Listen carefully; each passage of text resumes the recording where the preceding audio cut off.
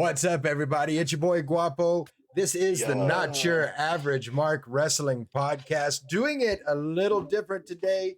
I'm being Guapo. I'm being the guy. I got many how this works. Sitting to my side, as you can see, the one, the only, the man himself, Little Guapo. What's up, son? What's up? What's up? You pointed to the wrong side on my screen. Well, I'm on the other side. No, it is what it is. You're just gonna look. Yeah. I'm pointing at you now. You All right, happy? I was just all right. Yeah, a little better. But yeah, doing great. Doing great. All right, so I normally do this, but I'm going to throw it out to you. I'm going to let Little Guapo throw the thank yous out for this episode. I just want to say thank you to everybody watching. Thank you to Labor 12 for the intro music. Appreciate it. The track's called Head Rush. Head Rush. I didn't want to say Monsters. No, Monsters is the album. Was Head Rush. It's called Head Rush, and Monsters is the album. Go check it out. Banger song, all of them. Not a bad track on the entire album. Absolutely wonderful. As you can see, I'm being joined here by Carmel the dog. Carmel's going to be a part of the show today. Apparently. What's up, Carmel? I can get my dogs. We can have a whole bark off in this thing. We'll have a whole thing happening. Yeah. What's up? So it's a big week for us. We've got quite a bit going on. Of course, we've had AEW Forbidden Door. We're going to talk about that here in a little bit. Coming up, we've got Money in the Bank. Gonna be crazy. Which tonight we're going to talk about some of our predictions for who's going to do what in Money in the Bank.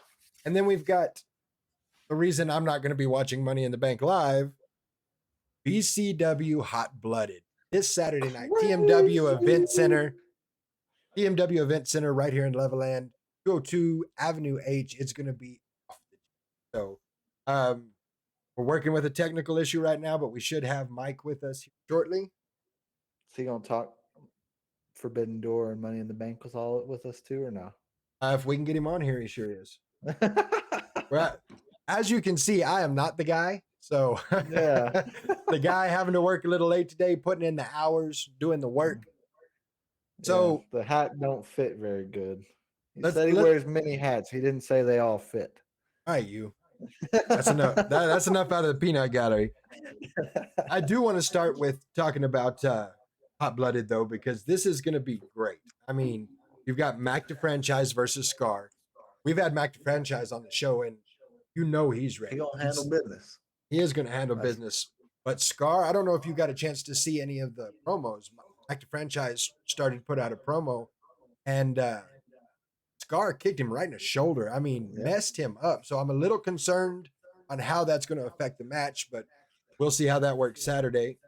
Of course, we've got the American Tragedy Phoenix issuing an open challenge. Phoenix is a big dude. It's all there is to it. Phoenix is a big. I heard Guapo might accept it. No, you heard wrong. You need to stop listening to the people you're listening to because no. Wrong answer. Alton Black and Damian Blood, no holds barred match. I have been great. Yeah. Of course, when you get those two together, it's not a match. No. It's a fight. Yeah. It's a brawl. That's all it is. And it's a crime scene. It pretty much. And when you the better word there. One of the things we had happen last time is the ref got touched. And you know those refs, they don't like to be touched. Rules are rules. Understand. But for this kind of match, can kick people. Come on now. You're still salty about that, aren't you? Yeah, that was wild. All right.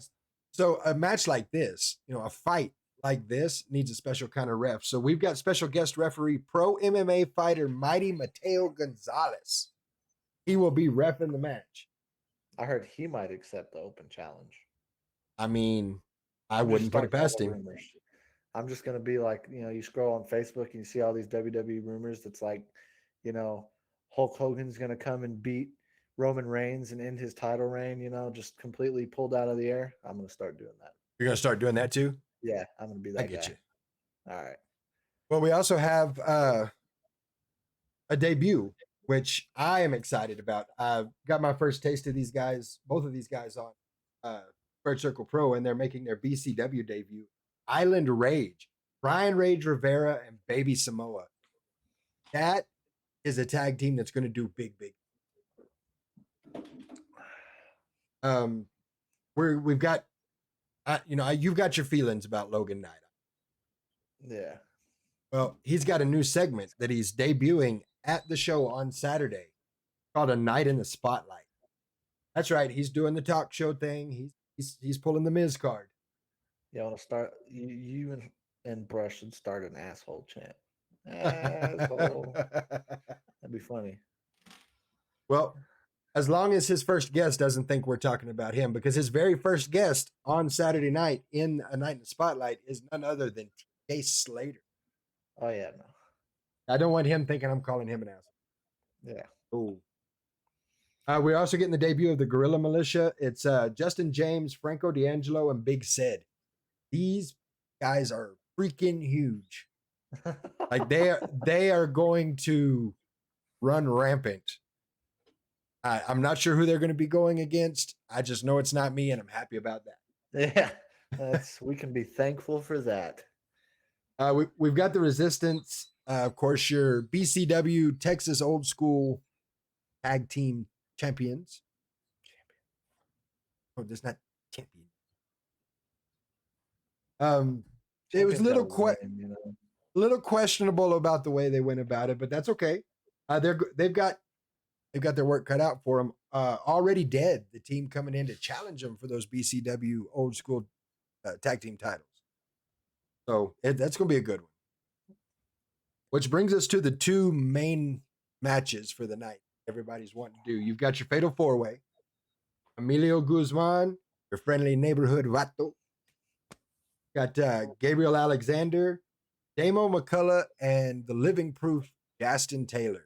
And the winner of this match gets #1 contendership for our next show. You may be thinking to yourself, well, why the next show? Because we're going to see who that champion's going to be, because the main event Saturday night is the Metalhead Maniac himself, Sledge, against the Wildcard, Jeb Bingham, our current BCW Texas champion. That is going to be wild, guys. I mean, you are missing out. Now, I have had the opportunity to kind of follow what Jeb's got going. Wildcard Jeb Bingham in the ring, or not in the ring, in the gym, 3, 4, 5 hours a day. Changed his eating habits. I mean, this guy is getting ready for Sledge. Now, speaking of Sledge, there's an opportunity. The reason this match is so big is not only is it's not the first time Jeb and Sledge have met each other, but this will be their second go round, and it's going to be interesting to see. But there's a whole lot of things that Wildcard Jeb Bingham learned being in the ring the first time with Sledge, and there's an opportunity now. $30. It costs $30, but at noon on Saturday at the venue, the TMW Event Center, there is going to be a seminar with Metalhead Maniac Sledge. He is actually going to talk about the business and show the business to you in a way that only he can. So for $30, you get your chance to learn from one of the best in the business how the business works. So if you haven't gotten tickets for that yet, you can get them at Tobacco Express. You can get them online, but $30 to learn the ropes from Sledge. $30 to learn what Jeb had to get beat up to learn. You know what I mean? Exactly. Would you rather get beat up or pay $30? I'd just pay the $30. I'd give you 50. I mean, come on. No, in all honesty, that is a really, really good. I mean, you're not going to get the kind of info you would get out of this seminar anywhere for $30. So get your tickets for that. Get your tickets for the show. The whole thing, the whole day is going to be outstanding. Looking forward to it. Of course, we've also got July 22nd, Squared Circle Pro doing headlocks and heat waves. That's going to be over at Jake's. And here's just a little taste for you. We got Emilio Guzman and Cesar Torres in a tape fist match. Now, Emilio Guzman, if I understand right, he's been a boxer for a minute, so tape fist ain't nothing for him. We got LC Mox and Dylan Scott going at it. Bloodlust and Los Crudos for the tag titles. That's going to be a good Okay. match. That's going to be a train. That's Yeah, I that's was going to gonna be a say. car wreck. Yeah, no, that's not a And then match. you've got Ryan Justice, the Squared Circle Pro Champion, going against the one called Manders. And I've been doing a little homework on the one. This, I mean, we've all seen Ryan in the ring, and we know how good he is. There's a reason he is the Squared Circle Champion, but I'm a little concerned with this. That's what I'm saying. Like we talked about it last time. I think that how often do you get two separate shows, two main events, that your champion is the underdog in the match? Like Exactly. how often does that happen? It's insane. Like you're going into this doubting whether or not Ryan can do it, and it's like he's been the Well, champion for how long? now I'm not. Let me put it out there. I'm not doubting Ryan. Ryan has got zero quit in him, so but he's going to have his hands full. He's going to have all he can handle in this match. So I'm looking over here, and it looks like we've got Mike in here. I'll tell you what I'm going to do. I'm gonna try to get a hold of Mike here. I want you to go ahead and talk about some of the buildup you saw in Raw and SmackDown leading I'll into start Money with in the Bank. SmackDown. Okay. Okay, so SmackDown, it started out. I mean, we didn't even talk about it. You had the whole bloodline civil war. Um, Jey Uso gave the big. This was 2 weeks ago. We didn't have the podcast last week, summer thing, so we didn't get to talk about this. Right. But last 2 weeks ago they had the you know you're out, and so am I. Kick Roman in the face. Usos are out of the bloodline, and Usos start off SmackDown this time around, and basically the whole promo was, we don't hate Roman, we don't hate Solo, we hate Paul Heyman, but because of the situation you've put us in, welcome to the Uso penitentiary. And I just can't believe, like, have the Usos been able to talk, to work a mic this good their entire career? Because man, I was sucked in the minute they came out. Like they they were so electric on the microphone, and they have been for like I kind of thought like Jay was the he still is. Jay is the emotional guy. He really gets you like feeling what he's saying. But No, absolutely. seeing seeing Jimmy the last couple weeks talk, it's like, man, Jimmy can talk too, and it's just, oh Well, man. and here's my thought on that, and we kind of discussed this earlier. I kind of have to wonder, are they maybe pulling it away from a little bit, saying, you know what, you guys go ahead and do your thing. Well, You maybe pulling the script away just a little bit on their promos, and so they're spitting truth. yeah, I'll say if they haven't done that, they need to do it, because man, I was sucked into SmackDown in the first 10 minutes because of that promo. Oh, absolutely. Then you had Solo Sikoa backstage. He gave Ridge Holland a big old Samoan spike, and that set up Sheamus and Solo for the end of the night. That was the main event. Well, you also had a segment from Pretty Deadly. Um, I hadn't seen a whole lot of Pretty Deadly, but after this Grayson Waller effect, which what are they doing with Grayson Waller? Grayson Waller has done Uh, nothing but talk shows since he's been brought to SmackDown. so I've noticed, What and are I'm we not doing with I'm him? not the biggest fan of that. I think he He's got a lot of talks very talent. well. Yeah, he talks very well, but maybe I don't know. Maybe he's got some. Maybe he's hurt right now. I don't know. But Pretty Deadly came on the Grayson Waller effect, and they won me over. I'm a fan of Pretty Deadly now. They, I didn't want to sold it be. the whole time. I Yeah, really, exactly. It's like, I didn't want to be a fan of Pretty Deadly, but I can't help it. yeah, I'll say that, they sold it the whole time. We went through 5 tag teams, even though they were the last tag team. Oh, computer went black. But they're the last tag team. And you know, they really sell the heel very good. And then you had the Street Profits come out. They had a little match. You saw Montez Ford. He put on one of their brawlettes, as Wade Barrett said. Brawlettes. Yes, he put on one of their brawlettes because it fell Oh, off. oh. Yeah, but Pretty Deadly, they snuck one in. They put the uh, had their feet on the rope and held it down with the bralette. Held his feet on the rope with the bralette. Appreciate you, Cyraf, for the Yeah, Prime Cyraf. subscription. Thank you for the subscription there. No, Yeah, you don't seriously, like Sarah, ads? appreciate you. Yeah, you don't like ads? Subscribe. You don't gotta see no ads no more. So And if you're a Prime member, if you happen to be an Amazon Prime member, you can subscribe using Prime. Doesn't cost you a thing. so I think I don't think I know anyone who is not a Prime member. I don't know. It's I, just I mean, there's a couple of people out in Abu Dhabi or something that yeah, I was maybe. gonna say I've never met anybody that's not a Prime member. So uh subscribe with Prime. Or just Absolutely. subscribe. Either way, works out. But then you had the tag team unification match with Ronda Rousey, Baszler, and Isla Dawn and Alba Fire.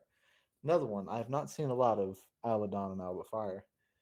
Huge They're my fan. new favorite tag team. That was Oh no, no, no. Now calm down there. Got it. I'm very impressed by them, but they haven't topped Liv and Raquel for me. no, you're crazy. What? You heard what I Did you said. not? Did you not watch the match? I did watch the match, and they're insane. That their move set is outstanding. I love it. It's Liv and You just Raquel. like no. You just you didn't say that because of the tag team. You said that because of Liv Morgan. I don't want to hear it. Yeah, you're being biased. No, I But am really impressed, and I told you this the other day.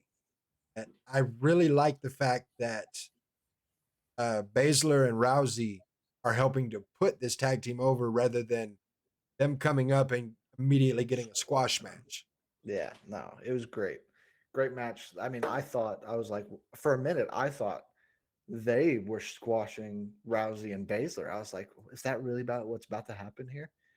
And of course, Raquel Rodriguez was sitting ringside. And, you know, my spidey senses were going off. I was like, why is she sitting ringside? You know, something's got to be going down. Like, I'd already kind of predicted this, but, you know, Rousey and Baszler win, and Raquel's walking away. They start talking trash to Raquel. And Raquel's like, well, I'm just watching because we want the titles we never lost back. And they just started laughing at her and they were like, haha, who's we? And then Liv Morgan came out. Woo. So now you got Liv Morgan and uh, Raquel versus Rousey and Baszler for the titles. Is it Good on match. Friday or is it it's at Money in the Bank, right? Yeah, it's a Money in the Bank match. Okay, okay. I'll say I know there's a couple like the KO and Sammy versus Pretty Deadlies tomorrow. Right. Charlotte and Oscar's tomorrow. That's gonna be a good one too. That's gonna be a good one. Bianca Belair is gonna Bianca Belair is gonna stick Well, her nose in yeah, there somehow, some way. of course she is. Yeah, but Charlotte Flair had a match. It was very quick and to the point.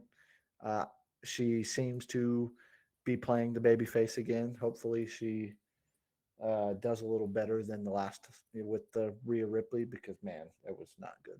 I was not. I'm not a fan of babyface Charlotte. Just not a fan. That I'm. She is a born heel. Yeah, I she's mean, just natural at it. it's such a natural thing for her. So seeing her as a baby face is kind of like, Yeah, so that was strange, but and then you had the main event. It ended via ref stoppage, and he Solo was about to go crazy on Sheamus, and of course the Usos came out and they did their thing. We had talked last time about how Solo is a professional super kick dodger.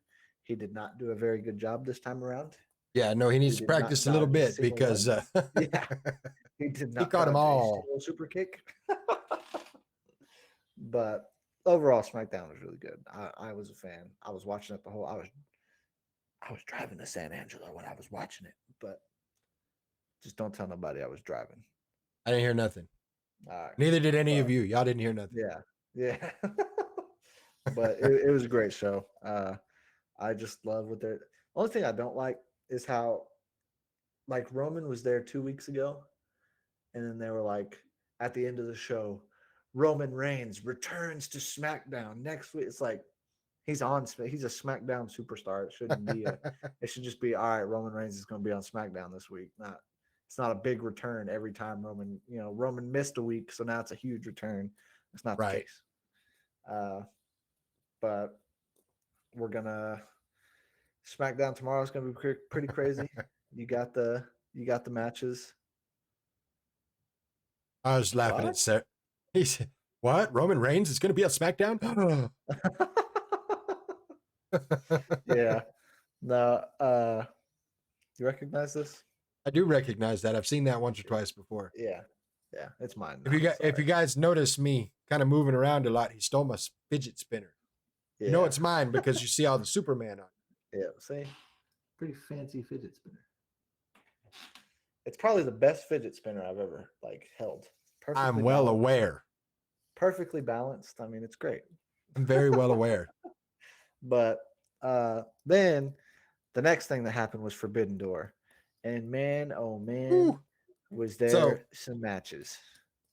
So let's talk about Forbidden Door a little bit. One of the things that I was kind of concerned, you know what? Before we get into Forbidden Door, first off, thanks to everybody that's watching. Thanks for listening along. All of our followers, all of our subscribers, we appreciate all of you. I feel like you left something out talking about, SmackDown, Raw, all of that I just want to point out before we start into Forbidden Door and Money in the Bank.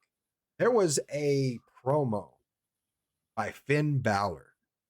Oh, that yeah, may yeah. be some of the best work he's done since 2016. Yeah, my bad. I didn't talk about Raw. I was just talking about SmackDown. 100%. Yeah, I'm not sure what you would consider this version of Finn Balor, but I like it. I like it a lot. He has reached Ultra Instinct. This is Ultra Instinct Finn Balor. I mean, I don't think we're gonna see the demon. He's a whole new character, and it's awesome to see. It's I love good. it. And as far as the demon, lose, and it's gonna be like, what? And see, I'm not 100% that that's the case yet. We'll talk more about that in a minute.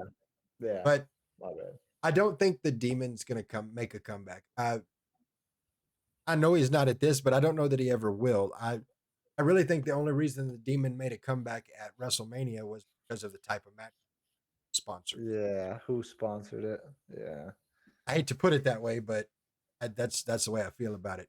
Now, in that sponsoring, and this is something I'm just kind of throwing on Little Guapo, so he doesn't know I'm talk about this, but you get a lot of gimmicks, you get a lot of storyline, and I want to take a minute to talk about something that's going on that's real life. Found out about it from Mike the other day. You remember Ryback, right? Yeah. Feed me more, Ryback? Yeah. Yeah. Well, there was a time, and it's been for the last 12 years. It started in 2011. Guy that's given Ryback death threats, giving his family death threats, and it was like a whole thing. And first and foremost, to anybody that's listening, that is never okay. I don't care what you see in the storylines. I don't care how mad they make you. That is never okay. Yeah. Well, apparently, of course, Ryback has the Ryback Show. A show podcast. The podcast he does. Well, this guy calls in and he's talking, and then he says, "Oh, by the way, do you remember a while back that guy that said he was going to put a bullet in your head? I'm still here." And it's insanity to me, and Ryback's gotten the FBI involved. And I just again want to throw it out there that this is never okay. I don't care what the storylines are or anything else. Never okay. That's And crazy. we Man. here at Not Your Average Mark Wrestling Podcast want to throw it out there to Ryback, to his family. We support you guys. We hope that you're staying safe, and we hope that this guy they call him Chase. That's what he called himself, was Chase. We hope that Chase is caught and taken somewhere where he can get the obvious mental health help that he needs. Yeah. So I know we don't usually do things like that, but I felt the need to throw that out there. Yeah, no, that's crazy. And Ryback is not the dude that I would. That is a specimen of a human being right there. I don't. He is. That's crazy. Yeah, it's crazy that something like that's something that people have to worry about, is death threats because of a character they play. Yeah, because of a gimmick. That's wild. I mean, it's not just Ryback. It's gone back as far as whenever Sergeant Slaughter, back in the day, No. whenever Brock Sergeant. Lesnar. Oh yeah, Oh, Brock. yeah. Well, Yeah. what I was gonna say is Sergeant Slaughter back in the day, whenever he showed to be an Iraqi supporter at the time we were having Gulf War. Mhm. Him and his wife received death threats all the time, and it's Yeah. not okay. Yeah, no, people threatened Brock Lesnar for ending the streak. That was crazy. Like, Oh I mean, man. yeah, that was crazy. But it's like, I mean, I'm not saying I sent I wrote an email. I didn't send it. yeah, it's just I may have loaded up, 2K15 or whatever year that was, and put Brock Lesnar on rookie mode and beat him down, but would never do anything like that. That's just crazy. These guys get out there and they put it all out there for us all the time. Whether you're watching WWE, AEW, whether you're watching Texas Wrestling, everybody that hits that ring, they play their characters and they entertain us. So, reaction of this type with like this Chase guy, it's never okay. No, that's wild. Okay. I remember hearing about that. So did that just happen? The call again? That just recently happened, or what? It's been a little while. Like it's fairly recent. It wasn't like yesterday or today. Fairly recent. And like I said, Ryback's got the FBI involved in it. He's tried to get Twitter involved in it because there's been threats made to Twitter. This guy needs to be stopped. And he needs to be taken somewhere where he can get the. That's like, what was it? Like a year ago that Sonya Deville got her house broken into by a stalker. That like, bro, what? Yeah, that's so crazy. Some people are just cuckoo for Cocoa Puffs. Well, that's our PSA. I know we don't do those often, but this one was important in my opinion. So we wanted to put Forbidden Door. Like we started in on that. I don't know if they're calling theirs pay-per-views, PLEs, whatever it was awesome. Yeah, the last 2 hours of that show was just freaking fantastic. Oh man, it was so good. I've heard of. Go ahead. Go ahead. Oh, you go ahead. I'll say, we were talking about it and how the MJF match was not very good, which it wasn't. It wasn't. But for you compare that, even if it was a better match than it was, you compare that to the Omega Osprey and Brian Danielson and Okada. Yeah. I almost called him Daniel Bryan. I was trying to think of It's hard, isn't it? Get me mess about it again. Yeah. But yeah, those two matches. Oh man. All right, so let's talk about that. And I'm not going to go through all the matches on the card. No. I've got 4 that are my absolute. The first one, of course, being Osprey and Omega. That match was insane. When I tell you that I found a YouTube video talking about the highlights of the match, it was 7 minutes and 29 seconds long, and it's just that match. It's not even the whole match. It's the highlights from that match. I want to say the match ran like 46 minutes, something crazy. Yeah, it was a long match, but just the moves they pulled out of that. So one of the flying knees, like these two have lethal knees, and it's crazy. There's a couple of times that I thought we were in trouble. Um, like that the Tiger Driver got put on Omega, dropped him on the back of his head. I thought he was hurt. Like I thought he broke his neck, honestly. Like that was really bad. I saw like in a post like after the show, they asked Brian Danielson like what he thought about being where he's been before, what he thought about that. He was just like, they're fantastic performers, but in the end, did that really add to the match? Like, was it worth what it contributed to the match? And I was like, yeah, I see that. I mean, especially coming from a guy like him who, had to retire and whatnot because of injuries like that. But the match was 41 minutes. The table slam when Ospreay took Omega's face and just slammed him into the table like 5 times, and then threw the top of the table off and threw him into it again. I mean, protected, just it was, oof. Yeah, and then brutal. The only thing I didn't like about it, the thing that bothered me, Don Callis. Oh, okay, he got kicked out. Like they kicked him out. Said, go into the back. You can't be here no more.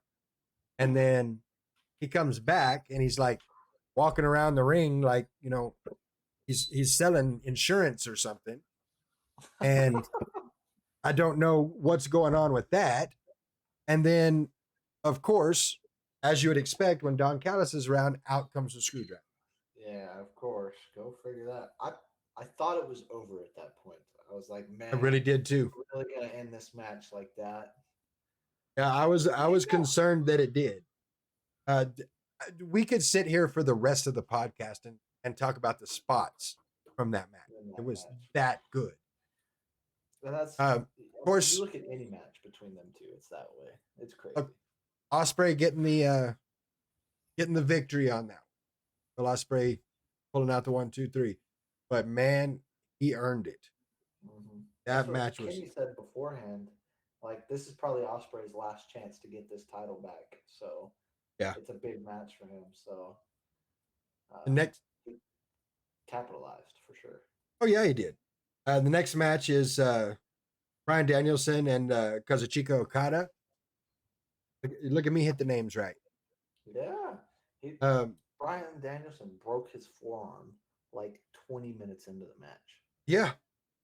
And finished the match. Was it just me, or did it look like, you've seen him, of course, through WWE and even into AEW with the his kicks, or that's his trademark, right? Yeah. Did it not seem like maybe he was putting a little something extra out there on them kicks during this match? Like there was some spice on them kicks. Yeah, man. So, one thing I figured out watching this, like I haven't had the chance to watch Okada a whole lot, but that dude is tough as hell. Second time in his entire career he's tapped out. And he's had a pretty lengthy career, I think. Let's see. But, Danielson's giving him the chops, right? Like he's chopping him across the chest, and Okada's like, come on, do it again. Hit me harder. Hit me. I mean, this dude is tough as nails.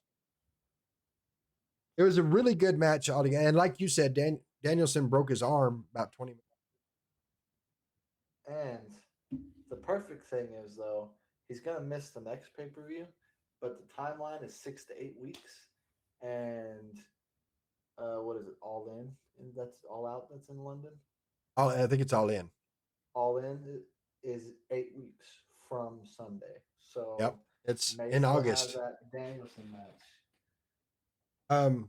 We kind of touched on it a little bit earlier, but the MJF and Hiroshi Tanahashi match, it was a good match. Don't get me wrong. MJF sold things well. Like I legitimately thought his knee was hurt. I thought it was just a spot whenever he hit his knee, but then he got up and he sold it so well. I thought, okay, well, maybe Maybe he did kind MJF, of. that dude is so good in the ring. It's crazy to watch where he's like from like the CM Punk feud, like the very first CM Punk feud to now, like to see just how much he's grown as a. He's always been good on the mic, but how much he's grown as just a pure wrestler is crazy. Oh, It's absolutely. awesome to see. My only problem with MJF, it's something that you can highlight in this match, is at some point he's going to hide behind the ref. At some point he's going to pull his dirty, because he's a heel, going to pull Yeah, heel moves. But it's always going to be that ring. Always going to bust out the ring, and that's what happened here. He takes Tanahashi in the head with the ring, and 1, 2, 3 over. MJF gets the win, but just feels cheapened. yeah, When you're going against the pillars, okay, I get that. This is Forbidden Door. This is your chance. Get out there and mix it up with some of New Japan's finest. You don't need the ring. Get out there and win the match. yeah. And that's just me talking. You may look at it completely different. That's how I see No, I agree. I hate how little he defends the title too. I hate that. it. I mean, there should be more title defenses. I think Roman Reigns. I heard somebody say earlier, they were just talking about different things that are going on with different promotions. Said when Seth Rollins goes against Finn Balor for the title, that's going to put him doing more title matches. Yeah, Had the that's title less than a I want month. to say I sent you something on Facebook that was like, at Money in the Bank, Seth Rollins will have defended his title 4 times, and MJF has defended his title 3 times this year. Yep. So in And a Seth's month, had it like a month. yeah, I'll say in a month, Seth has defended his title more times than MJF has all year. All right. So the last match I want to talk about was CM Punk and Satoshi Kojima. The, I like the fact that, how long did we spend in AEW, in WWE too, here in the CM Punk chant? Everybody wants CM Punk. CM Punk's the hero. Everybody wants CM Punk. It was really, really good to see. yeah, Because I'm coming down the ramp, there you could hear the boos. Like they overshadowed the cheers. CM Punk. that's how it needs to be. CM Punk is if he is in anywhere but the city of Chicago, it is the best bet to have him play the heel. And he does it really, Because really well. yeah, again, he's a natural at it. He's a not super nice guy in real life, so it comes easy to him. I don't know if he oversold it or if it was just the way it was set up, but really, really, really dug the chop from Kojima that sent CM Punk over the Oh, barrier. yep.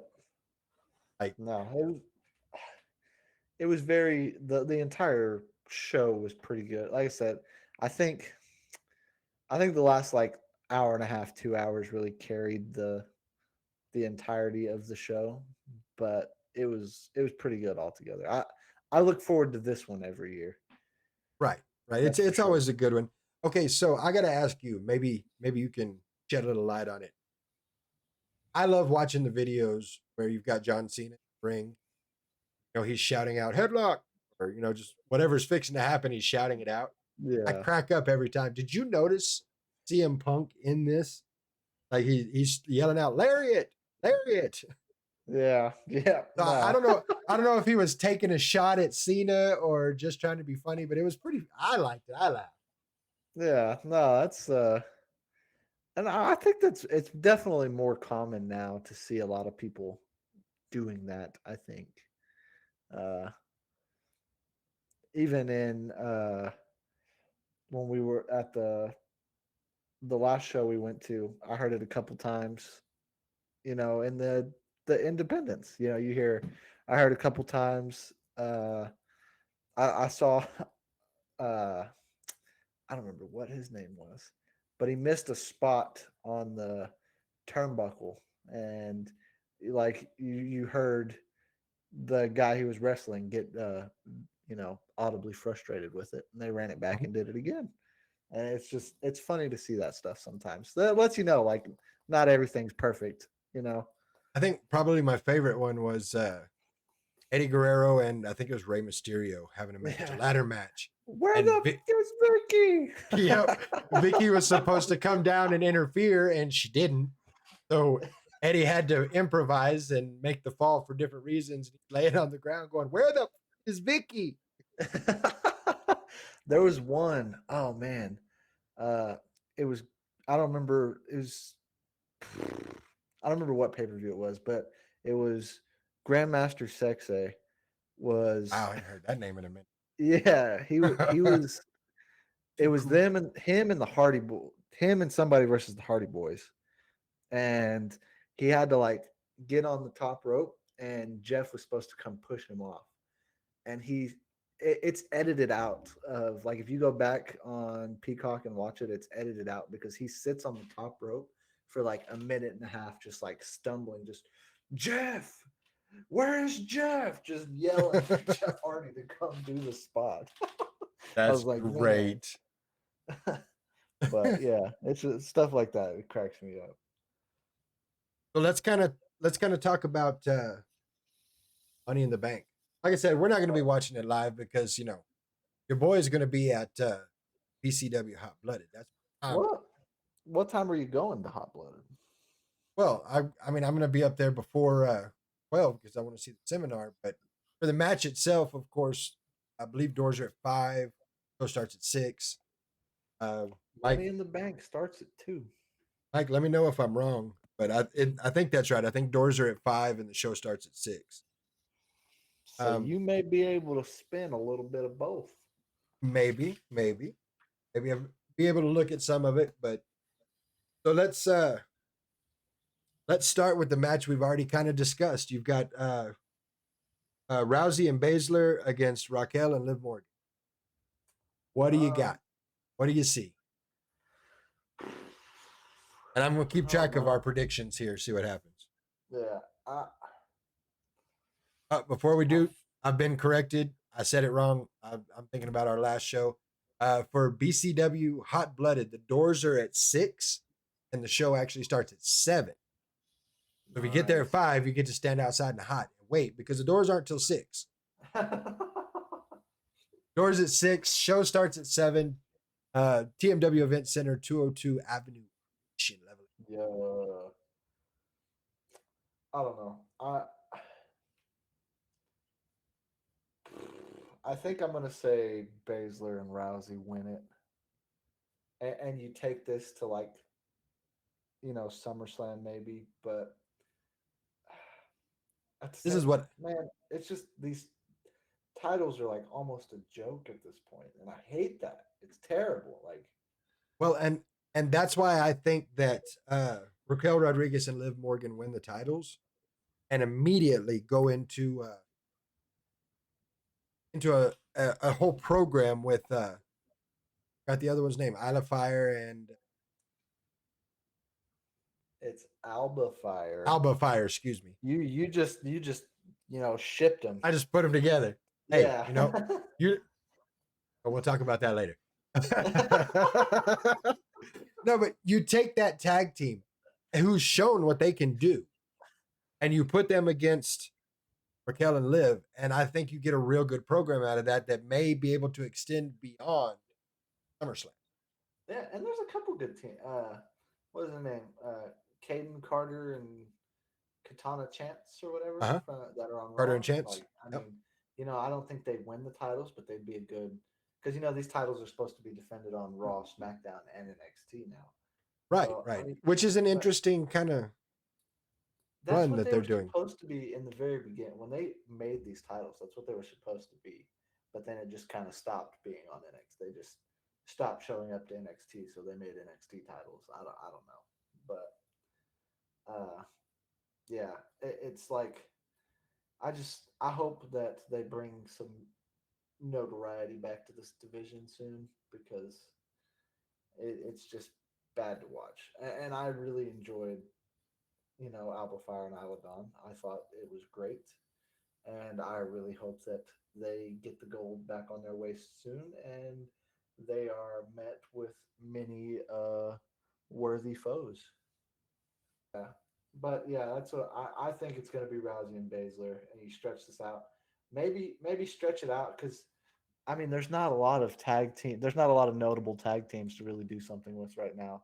So you really Right. need to make the most out of each one of these. Because the plan was to make it was going to be Liv and Raquel versus Baszler and Rousey till Liv got hurt. Right. So it's like you should probably stretch this for a little bit and then move on, and that gives you a little time to maybe like groom the next one after the next one. The next. Oh, so you've got Rousey and Baszler. I've got Rodriguez and Morgan. Have to see what happens. I'm interested to see where that goes. All right. So the next match for the IC title, Gunther and Matt Riddle. All right. I already told you about this a little bit. Do we need to put the kids to bed and have the grown folks talk? Yeah, I told you about this a little bit. Yeah. I think it's going to be a slugfest. Yeah, I don't know.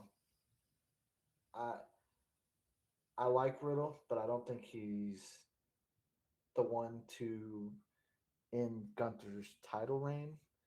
But there are very many rumors going around that Randy Orton is very, very ready for a return, and RK Bro will not be a thing when he comes back, and he will most likely be playing a heel. What better opportunity to come back? I mean, and cost Riddle the title. That's I'd like to see it. I mean, I think there's so much talk about, is Randy coming back? Is he not? Is he able to come back? I would scream like audible, like a little yes. girl. Yes, you would. Yeah, if I'm watching Money in the Bank and Voices starts playing, I'm gonna go crazy. Mm-hmm. No, I agree wholeheartedly. And I've heard another rumor going into it, as they are in London. It hasn't been confirmed, of course. It's just people talking on the webs, but they're talking that one you've been waiting for makes his return. My boy Drew. Yeah, that's the rumors. Drew McIntyre makes his return. I don't think that one's going to happen. I think if there's a return during this match, Orton's more likely. Yeah. It just may. I mean, I guess you could go Drew and Gunther too, but it can't be. It can't be the Scottish Warrior Drew. Yeah, well, it's got to be black jacket, angry. Yeah, I want it to be heel Drew so bad, and I feel like a program with Gunther is not the way to do that. Speaking of making comebacks, and this is a little off topic, but making comebacks and old gimmicks and things like that. Did you see Baron Corbin returning as the Lone Wolf? Yeah, it was pretty cool. I was happy about it. I'm not hating it. And guess what? Baron Corbin does what Baron Corbin does, and he lost. I mean, how he has not been made a member of the LWO yet, I don't know. Like, he should at least be an honorary member. Yeah. How much he loses. All right. But I think Gunther wins, obviously. We're together on that. That's my wild guess, is that Randy Orton's going to return. We're both pulling for Gunther on this one. I don't think there's going to be a return. I think there's going to be some interference from Gunther's little stooges. Yeah, Imperium. It's going to be awesome because Randy's going to come out and stomp the Stooges, and everybody's going to be like, yes! And then he's just going to RKO Riddle and walk out. Yeah, he's just going to RKO. That's what it's going to get out of there. It's going to be RK, bro. RK, whoa. Yeah, I was about to say, it's going to be one of those plate of macaroni moments. Like, hey, I see. I'm at a point now. Back then, I was an average mark. So I got to, I didn't know to not have my macaroni when crazy stuff was fixing to happen. Now I'm not your average mark anymore. During that match, I won't be eating anything. All remotes will be put away, everything. That's right. All right, that moves us on to the next match. Cody Rhodes versus Dom Dom. I think you have no choice but to give Dominic a sketchy win over Cody. You got to. You have to. Cody or Dom is winning this match. I mean, it's not Via going to be a clean win. no, yeah, it's not going to be a clean win by any means, but Dom is going to win this match. This is what I think happens in this match. Judgment Day comes down. They get run off like they have in so many other matches. The ref tells them, "Get out of here. You don't need to be." And then Cody's fixing to beat Dom, and Brock Lesnar comes. Ruins another Cody Rhodes moment. Yep, that's what's going to happen. I agree wholeheartedly that is the game plan. And that will set up Cody and Brock, the final showdown at SummerSlam. That takes us to the women's Money in the Bank match. And I mean, I'm kind of excited about that. I mean, you look at the star power: Becky Lynch, Zoe Stark, Zelina Vega, Bailey, Io Sky, and Trish. All right, I want to hear who you have winning first. It'll surprise you a little bit, I think. Who? I'm pulling for it's one or the other. Nope. You gotta go with your numero uno first. My numero uno is Io Sky. I think Io Sky is going to take it. All right. I was going to say that's my numero uno. I think Io Sky is going to win. My number 2, believe it or not, is Zelina Vega. Trish. Is who? Oh, Zelina Vega. That'd be cool. I could see it. But... Both of them. Okay. Yes, I am a fan of Trish. Yes, I grew up in the puppies era where Trish was a goddess. But based solely on what these ladies can do in the ring, nobody can touch Io Sky and Zelina Vega. Zoe Stark, she's starting to get the push. Don't see it happening. Even if I wanted Trish to win, she's not going to get the chance because as soon as they hit the ring, Becky's taking. Yeah. Well, done talked about their 2-year-old. Seth. So. Oh no. Yeah, she said it. She said if she wins, she's cashing in on Seth. So. Yeah, I would watch that. Yeah. I would be all about that. That would be awesome. But so yeah, who do you? So I've got Io Sky as the winner. I'm with you. All right. I thought you were gonna say like Becky or Trish maybe. So I was like, I told you I was gonna surprise you a little bit. I see. That's why I thought. That's why I wanted you to go first. Because I was like, I'm gonna surprise you. Now, what do you think is going to happen? I mean, there's going to be things that happen. I think there's going to be some point at which Io accidentally hits Bailey and knocks Bailey out of something. Of course, they're gonna have a moment on the top of the ladder together. I already see it. The next 2 people that are going to have a moment on the ladder are going to be Zoe and Trish. Yeah. Zoe's going to, and this is just me dreaming it up as I go along. Zoe backs down off the ladder.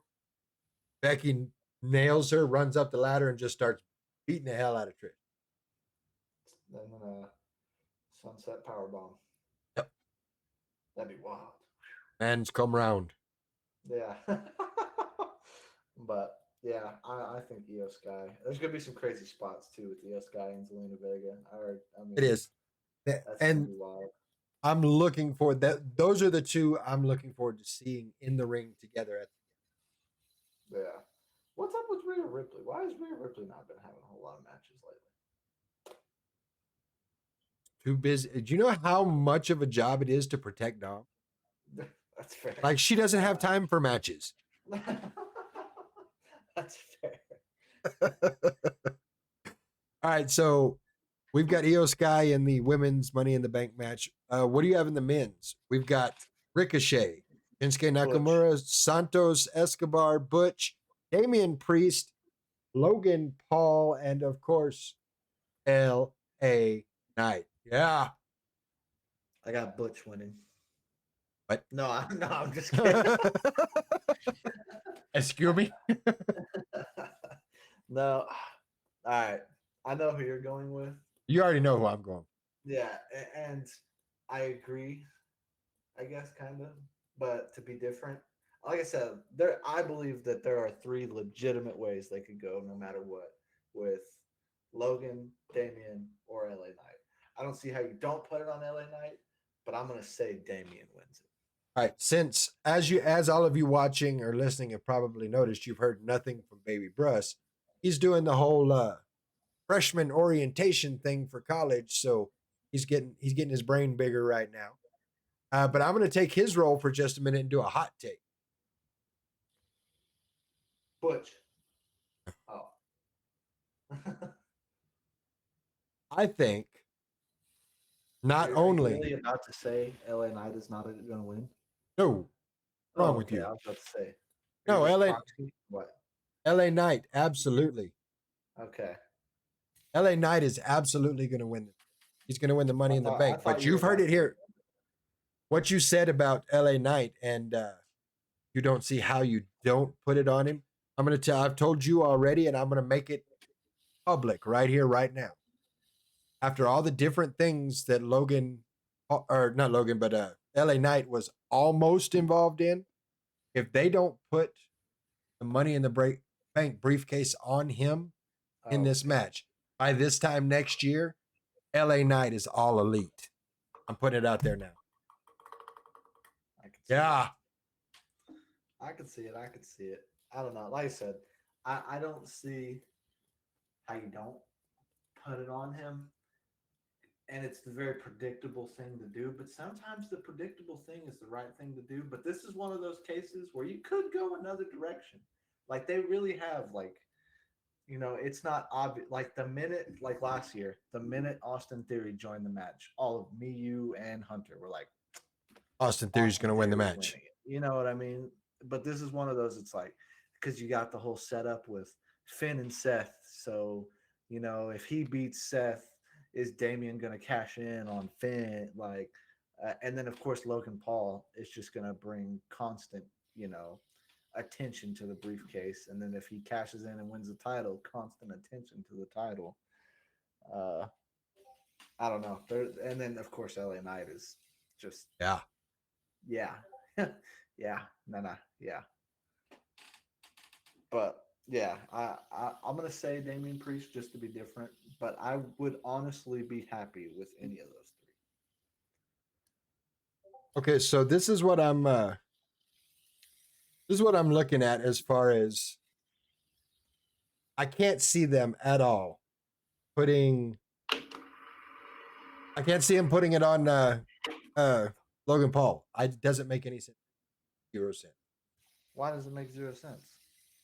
Logan Paul is there. I mean, he shows up for what? 2, 3, maybe 4 matches a year. So I'm not seeing where you put that on him, because one of the things that's big about the Money in the Bank briefcase is the ability to go out there and say, hey, I may take on this guy, I may take on that guy, and he doesn't make the appearances. What I do think is you've got a story with LA Knight. You've got a story with Damian Priest. You do have stories that can push in that, because let's, not to get ahead of ourselves, but let's say there's a member of the Judgment Day who's got the title. Got Seth's title or Roman's title. Now, if Damian Priest wins, does he go after member of the Judgment Day? I've got my own feelings about that, of course, or if LA Knight wins it, Damian Priest feels like he should have it, go SummerSlam or maybe even into Survivor Series with LA Knight having the briefcase, and then put the briefcase on the line in a match against Damian Priest. You'll get your fan service for LA Knight winning, and Damian Priest get to push that storyline. And I'm going to throw this out here now. I've got, as I've mentioned before, I've got Mike on message here with me. Says Brock's a straightforward guy and not really sneaky, so he doesn't know Brock coming in and interrupting the Cody Rhodes match is going to be a thing, which is true. Brock is a pretty straightforward guy. If he's fast, he's not going to sneak around about it. He did it to Bobby. Fair. That's fair. He also, Mike also says that Logan Paul has millions watching him. He's the most mainstream guy, and I think having him do red carpets will bring eyes to the product. Exactly. That's what I And said. I would be cool with it. and I agree with that. It does bring eyes to it, but if you don't put it on LA Night with as much fan service as there is for that, you're gonna lose fans having it on. And since you did this last week, I got to resurrect it for you. It's like putting the belt on. Got his name now. The guy from Ready to Rumble. Me? You Yeah, talking to me? I'm talking to you. Ready You to brought him. rumble. Yeah, it was a movie.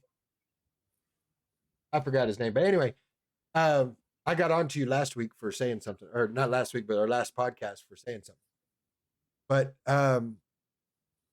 it's like putting the belt on a star just to have it on a star. And I don't know. Yeah, David Arquette, that's his name. Like it's like putting the belt on David Arquette. Yeah. And Okay. I just, it doesn't feel right to me. And to lose a talent like LA Knight because you wanted to put the belt on, or you wanted to put the briefcase on Logan Paul, just not good business. But yeah, like I said, I would be happy with. I don't know. I'm not the biggest Damien fan, but I like where the story can go. And of course, I'm talking about Finn. If Finn ends up with the belt, just the paranoia of Priest having that briefcase, and like, you're not going to use that on me, right? It's Triple H and Batista all over again. So after that, we get into the couple of the big matches. We've got the Usos against Roman Reigns and Solo Sikoa, the bloodline civil war. And I did throw an invite out there to the Wildcard, Bingham. Wildcard mask. Man, I don't know who's gonna win this one. This one is one of those. It's one of those that I just don't know. I saw reports that WWE internally is split on who's gonna win this match. It's gonna be one of those that they decide the day of, you know. Yeah, I could see that. I feel like you really. Maybe after tomorrow we'll have a little more of an inkling of maybe. I mean, Roman and Solo are definitely going to go over on the Usos tomorrow night. They have to, right? Yeah, no way the Usos. No way the Usos go over 3 weeks in a row. But I am going to go with my gut and say the Usos are going to win. You know, and I respect that. I think also that the Usos, this one, I think this comes back to be a match again from SummerSlam, and I don't. Yeah, I think that's where we're at. They definitely start pulling some family, some heartstrings at Solo during the match. You're going to see that a little bit. I don't know. Hopefully this will help. And not that Solo's character is like stale at all, but this will like flesh out his character a little. You know, because right now it's like all people really know Solo for is yelling really loud and spiking people in the throat. That's about it. That's Solo. But it's like you listen, that dude can talk. You listen to like his NXT promos. I mean, he can talk. So excited to see him maybe start to develop a little bit of more of a character. Through this whole thing. Remember that one time when he said, "Yeah, exactly." But no, I'm excited for this match. And this is going to sound really, really bad, but I feel like the Roman Reigns tribal chief thing is getting a little stale. I can. You acknowledge my tribal chief.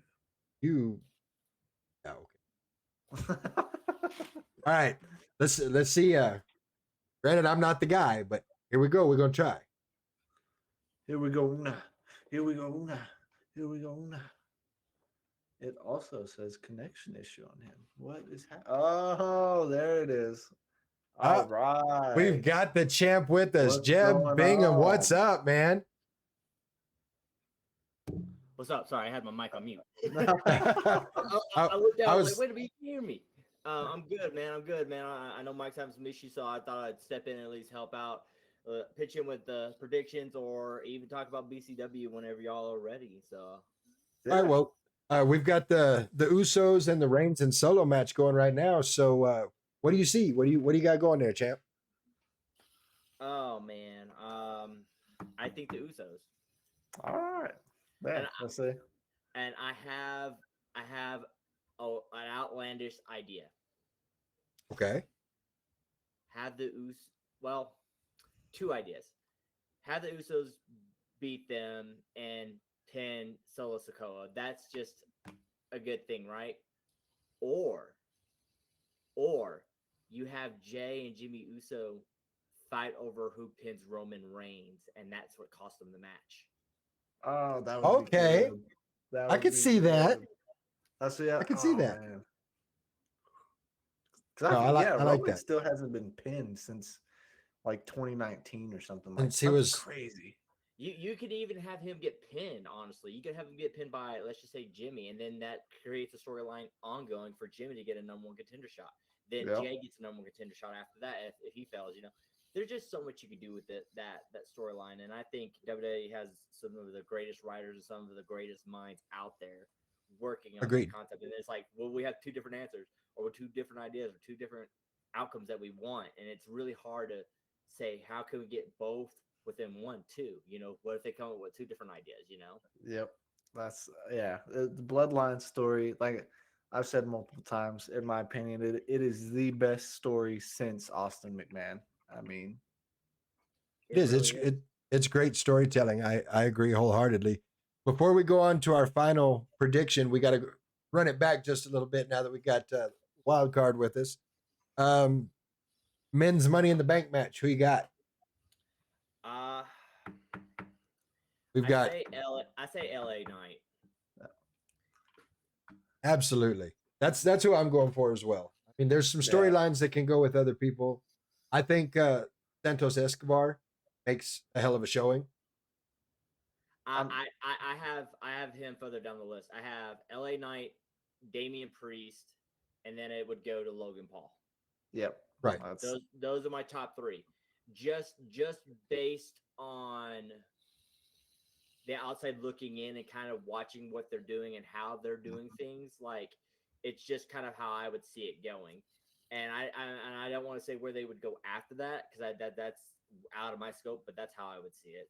Yeah, I chose Priest just to be different, but I don't see how you don't put it on LA Knight because I mean he's just so I haven't seen a crowd take to somebody like this since Daniel Bryan. You know, like that he is just so over. But I love what you could do with Priest in the Judgment Day, or like we said with Logan Paul, he's going to take that briefcase everywhere. You know, it's going to bring nothing but eyes. So he's got tons of eyes on him already. Mm-hmm. What would make you hate him more than he's already hated than having the Money in the Bank? Yeah, like, that's true. That's very true. Come on. And he's already showcased himself again once with Roman Reigns. Yep. What makes you think he can't do it a second time and not do better? Yeah, I'll say he put on a heck of a match with Seth too. I mean, Seth Rollins, yeah. So it's just he hits every time he wrestles. I mean, it's a good match every time. And speaking of Seth, that takes us to our final match of the night: Seth freaking Rollins and a very bitter Finn Balor. I think Seth is going to win it. I don't think Seth drops the title till SummerSlam. I think he will drop it at SummerSlam, but I think he retains this time. I agree with that. I think he retains. I think it's going to be a great match.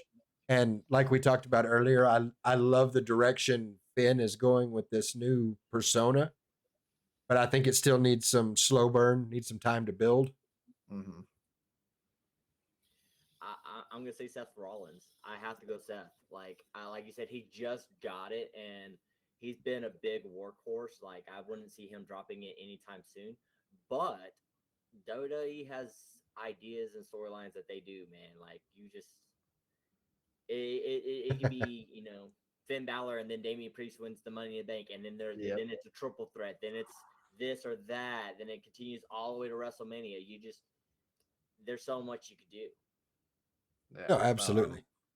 I'm excited for this pay per view. I think it's going to be great. Money in the Bank is one of the more exciting ones, especially when you got guys like Santos Escobar and Ricochet in the match. Butch, that dude's a freaking bat out of hell. That dude's crazy. I mean, He's a fighter. and yeah, I'll say you go into it. Obviously, none of us think Butch, Santos Escobar, or Ricochet are going to win it, but what they bring to the match is just it's going to be crazy. I can't wait to see what Ricochet does. Ricochet's going to do something freaking wild, and it's going to blow my mind. It's But going to be good. I'm excited all the way through. I mean, it's good card all the way through. And as we speak about good cards, I was about to say now that we got the champ in here, you yeah, got a little something coming up the same day. You're not going to be watching. You're going to be handling your business. I mean, I'm not doing anything. I won't. I'll try, but I highly doubt I'll be able to watch. I'm just doing. I'm so busy that day. I'm so busy and focused on what I'm doing and defending this title that it's just not even on the. Yeah, 100%. Plus, I have should be. Peacock. It records, so I can go back and watch it later. Yeah, exactly, man. So right now, as of 48 hours, give or take to the big day, how you feeling? I'm good. I'm tired. I'm super tired. I've been on a new diet plan going on 2 months ago. As of Saturday, I'll be on a new diet plan for the whole 3 months. So I've been on a whole new diet plan. I've lost over 12% in body fat. I've dropped weight, but I've gained muscle, but I gained muscle to gain that weight back. So it's been a hill battle, but once you know who you're going against and you have that idea of you look at that person and go, what are they doing? How hard are they working? I'm going to try to work as hard as them, if not harder, and I want to look across the ring from him. I want people looking at us and going, damn, this is going to be a fight. And like I said, with Wildcard right now, I saw that promo or heard that promo from Sledge, and I had Mikey send it to me because I heard it after a match going through a table. I was like, what did he say and what happened? And he's like, say your prayers, eat your vitamins. And I'm just like, no, I won't do that because it's not the 80s. It's not the 90s. This is 2023. It's not about that, and I don't want to say a prayer because I've been here. I've worked to get here. I have full belief in myself. I don't need something else telling me or having this fake belief in something that makes me feel better. I don't want that to sound weird or wrong. I grew up Christian and I respect that and everything like that, but that's just not me. I do me. I rely on me. And becoming Jeb in other areas and working on Jeb, I've worked on that self-supportive system. I don't want Wildcard saying this. It's about me. It's that mental problem of having Wildcard up here going, are you good enough? Are you working hard enough? Hell yes, I am. I don't need a mask to tell me that. But that mask, it could be there. I had to get that off my chest because I know who Jeb is now. And Jeb Bingham is Wildcard, and Wildcard is Jeb Bingham. Jeb Bingham is just the vessel and the body that I'm trying to embody and learn who he is. And if I have to keep on using Wildcard to be successful as a champion, he's gonna be there with me, And if not, then we'll cross that bridge when we get there. But until that bridge comes up to me, I gotta be the best I can be. I gotta be in the gym 6 days a week. I got to be doing cardio 6 days a week, or 7 days a week, whatever I want to do, So But so oh, go yeah. ahead. No, I was gonna say So there's a chance come Saturday we don't even see the mask, huh? I don't know, man. We'll Like I don't find know. out. Like I don't know, Ooh. man. Like I kind of want to prove myself to Sledge that I don't need a mask to beat him, and everybody else that I don't need a mask to win. But I also want to have that there if that is needed. You know what I'm saying? Like Yeah. I'm so conflicted in the process because of what he said and how he said it, and how he's getting to the spot. And have you had the chance to watch the promo? Yeah. Yeah, we watched it. I'm just I like the challenge. I want a challenge. I want other guys looking at BCW and going, "Hey, I want to work there. I want to go against Wildcard because I feel that he's the best there is on that roster. I want to fight him, regardless of a title shot. Come fight me one-on-one, beat me, then get a title shot. Until then, you don't have a right to fight for this." They got it. Yeah, 100%. I mean, that's why you know, you are the benchmark, I guess, for the title, and that's why you have the title. Obviously, I mean, No, I going back to that, I'm really interested in, and he hit on it before I got the opportunity to. I'm really interested to see just how involved Wildcard is in this because I know, like I said earlier in the show, you've been in the gym, 4 and 5 hours a day. You've changed your eating habits. You have been training for this match, like you haven't trained for any other match. So, how much of that? That was going to be my question. How much is Wildcard going to need Jeb as opposed to the other? There comes a point in time where you look at yourself in the mirror and you go, "Who the hell am I and what am I doing? And why the hell am I doing it?" And Wildcard has been the beacon that's guided me here. He's got me on this platform. He's got me where I am today. It I always had this idea in my head that people don't like me. I always had this idea that I always had people not like me or have the wrong opinion about me because I said, or in a sense, what we say in wrestling is rub them the wrong way. I may come across as a little bit of a hole, or something like that. But I love it. I love what I'm doing, and I'm trying to be the damn best I can be. And like, I looked at myself, and I had this Justin Taylor is someone close to me, and I've known him for 14 years. And I was Living at a point in proof. my life, I was like, yeah. And I was like, I was at a point, I was like, I don't know why I feel like this. I don't feel like I'm doing that great. I don't feel like I'm doing this or that. And it was something along the lines of like, I feel like I'm in crappy shape. And he's like, then what the F are you doing? What the F are you doing about it? Because if you're not doing anything about it, it's your own damn fault. Be the living proof. Go out there and put in the work. And that registered with me. And I dropped 15 pounds within 1 month. man, that's awesome.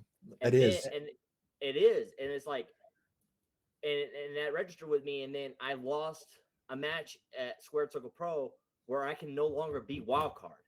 I have to be Jeb Bingham. Wildcard cannot be an SCP until the management agrees to bring Wildcard back, or I get the mask back from them for that show, and they approve it. They have to give the stamp of approval because Wildcard was so chaotic and so vicious on Team Chaos and causing so many problems, and then lost the match because of circumstances that he's no longer allowed there. So I have to be me. I had to find me, and I'm tired of looking at myself in the mirror and going, "You're not good enough," or thinking I'm not good enough with that voice in my head. And that's Walker going, "Are you good enough? Are you smart enough? Are you?" And I'm like, "Yeah, I'm going to prove it. I'm going to go out there and show these guys that when I say I'm listening and I'm sitting in the back of Colorado and they're going, 'Hey, I wonder if he's working out. I wonder if he's doing his diet plan right. Or is he actually going to go anywhere because he's not listening to us?' I'm always listening. I'm putting in the work in the background. I'm putting in information on my phone. I'm always doing something. I'm constantly thinking to myself, what the hell are you doing? How are you going to do it?" as Jeb Bingham. You're the person behind it. You're the person behind the damn mask. The mask means nothing without you. So I have to be that person. And why wouldn't that person show up and say, I'm Jeb Bingham, and I am a champion as well, and I'm here to fight you? And it's got me. I can't tell you how worked up, the way you get worked up about it. I'm so looking forward to this. This is gonna, and it's not even gonna be a match. It's gonna be a fight. Let's call it what it's gonna be. Is why Jeb Bingham is walking out Saturday still your BCW Texas champion. That right there. I'm calling it the same way. The champ is going to remain the champ. And whoever wins the match in the fatal four way, whatever happens there, I'll meet you eye to eye, man to man, just like I will Sledge, and I'll be like, let's go. I don't care if you're the Texas Terra, Damo McCullough. I don't care if you're Gabriel Alexander. I don't care if you're the living proof Justin Taylor. I'm going to look at you and go, you're the living proof in your life. I'm the living proof in my life. I'm here to prove to you, you're not ready. I am here. And at that time, actually, I had been a champion for the BCW Texas champion for a full year. Wow. It's going to stay that way. So I've got to ask, with this 4-way coming up for the number one contendership, is there anybody in that list that you haven't gone against yet that you want the opportunity? Of course, we've got Emilio Guzman, Gabriel Alexander, Damo McCullough, and Justin. You and Justin have a history. Yeah. So let's answer the question though. So if you say that, I can no longer have Justin in that equation. I can no longer have Gabriel Alexander in that equation because I've wrestled them. I've been with them in the ring. I've done things with them. So I only have two to choose from: Damo McCullough, Emilio Guzman. Which one I want more? Damo. He has an ego and entitlement about himself that I think needs to be corrected or checked, that he's a terror. And I think if you want to push me, you've seen what Wildcard's willing to do. You think you're a real terror just because you call yourself a terror? Wait till I put on the mask. See how angry I can get. See how mad those angry issues or problems I have come out and snap on you. So like he told Guapo and Bruss at the last show, he is undefeated in BCW. Never lost. All right, it's hard to lose a match when you walk out like a chicken shit. Woo, dang. I need a shirt that says sorry that. For the language. No, you're good. You're good. Yeah, nah. That needs to be a shirt though. I need that on a shirt. Speaking of shirts, throwing it out there, our merch girl, hit it out there, hit a home run for us. We got our Not Your Average Mark Wrestling Podcast t-shirts. Mine's still in a suitcase, so travel too much. Yeah, I know. And of course, we'll have the chance to grab a hold of a Wildcard shirt, right? Yeah, Bingham shirt. Yeah. Oh yeah. I'll have Wildcard t-shirt merch at the show. I've always have merch. I'll have masks again actually at the show. Like I just got a new order of mask in, so they will go fast. So if you want a different colored mask or want to get a certain mask, get it at this show, because probably by SEP they'll probably be gone. Like they fly quickly. Now I do have a question, because people are going to ask, especially with the transition from Wildcard to Jeb Bingham to the Wildcard Jeb Bingham. Are we going to have some Jeb Bingham merch to look at? I cannot confirm that right now. Okay. So I put in an order and there was a delay. I should have had my order yesterday. I do have 4 or 5 photos of Jeb stuff, but it's hard to say because I haven't fully embraced Jeb, and I don't know if Jeb's place is at BCW right now, because I feel like I have a good somewhat idea of who I am with Wildcard, and like I said, Jeb wants to step up to Sledge, prove to Sledge who Jeb is. Right. And I'm still going to have Wildcard there for that process, and I still have to have Wildcard there for that. I cannot fully say that Jeb's coming to BCW yet because I still have something there with Wildcard, and I can't just throw Wildcard away. He Right. means more to me than that. Like, I just can't let him go, and I can't just not have him there for no reason. Like, I have to have a reason for that, you know. Like, and until that reason happens, he's always going to be there with me, you know. And even when he's not there, he's still there with me, you know. Like, no matter what, he's that conscious in my head that's never leaving. That motivator, kind of. New design is done, just not ordered. Yeah, that's Nice. actually so That's throwing our it out there. shirts. Yeah, our Not merch this one, girl but- making a new shirt for us. I think everybody's gonna like it as soon as we get them in debut. Give kind of an idea about it. I got a Gonna have- question. Before, Go ahead. okay, go ahead. Keep going. My bad. I thought you were done talking about the shirts. No, go ahead. Okay, so before we get going too far, we talked about it earlier. How does it feel to you being the champion going into this match? Somewhat looked as the underdog. Like you were the BCW Texas champion, but people have you as the underdog going into this match. How does that make you feel? Comfortable. Woo. Okay. That was an answer right Okay. there. That Yeah, it an was. answer. Gave me some shivers real quick. Look at the factors here. I told you in the promo. Did you believe in me? No. Did you trust that I would make it? No. Did you think I would ever be a champion? No. I've been told or doubted this entire process. Hell, I started with a group of 13 to 12 people, and there's only 3 of us from West Texas that are still doing it longer than these other guys that just freaking started and think there's something. Wow. Man, the Wow. fire. Yeah. Damn the fire. Ryan Justice, Justin Taylor, Jeb Bingham, West Texas. 12. That's down West to Texas 3. royalty right there. Yeah, that's because that's what we were talking about earlier. How it's crazy that we have 2 shows coming up where both of the champions, you in this case, and Ryan, you know, against the one called Manders, are looked at as the underdogs. That's crazy. All right, Yeah. I'm going to stop you guys again for just a moment to tell you just how good the guy is. The guy could not get Mike in on the stream, so yeah, did something a little different and went and Mike got said, Mike. That works just as well. I was gonna say I got the full card and information here. I was like, I'd be willing to go over it if necessary.